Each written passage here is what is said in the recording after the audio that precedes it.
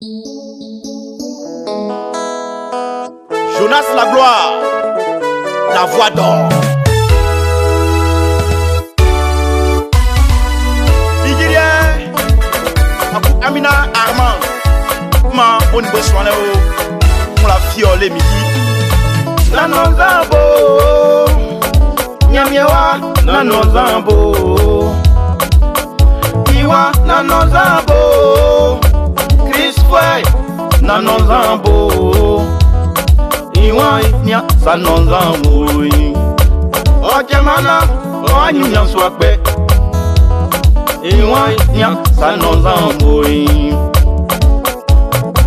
Anya swakbe. Alléluia. Une chanson pour tous les plantages qui sont chrétiens et non chrétiens. Recevez la prophétesse Maman Esther et Alomina Pro. Sois béni maman. La nozamboi, si waswo, undesu pao. Kakao brunignon sa kinga tili. Afeimba nonizan. Anuma fikokoa, atili bagensien. Afeimba nonizan. Ande, yenga yete. Janvier yi duelier, enfin François o. Janvier yi duelier, enfin toi loto. Janvier yi duelier, enfin siye yaouro. Oh, sangue janvier melieni, benya sikakpa okonzanu. Sangue janvier melieni, benya sikakpa okonzanu baba. Ale banyo, bansa, bana, nzawa sakiwa. Aye sena, wanya sika siesie bamuo. Ande, nzandumanu, kakmele denga kai. Otina ula timana ula o, defama suo. Hey!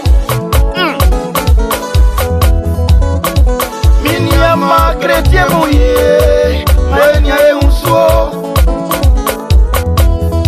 Kainati, Peita et pas Benya et Sou, Maïsi Nati les pas fouets Kaikanda Yandra d'Atrabla Imako Oserie Kain Nza Masra dit tout très Nza Kekle Masra et Jofiaï Nango Nozamboko Osimangulele Yanumasi, Aja Soli, Same Kwa Besika, Atili Kakao Bamba, Afwenga, Kakao Ikwai, 2800, Nyonpa, Sewa Siesi Moalui, Pleonie, Asiesi Olunion,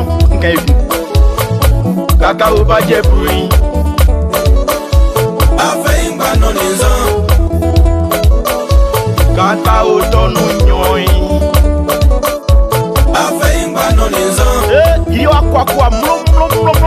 Quoi, entre. Encore un peu ça. On plaque l'escalier. Entre hier. Hey, soyez délivrés au nom de Jésus. On fly job pas from. Am timinya mamo nyamo namu. Am nyole gwinga.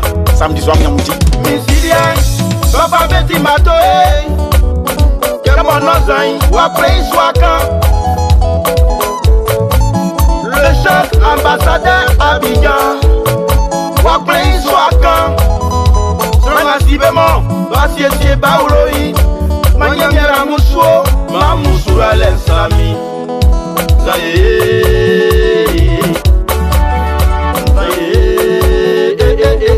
Oh Sami, mfa blenga mou Mune kati tinki meni komanya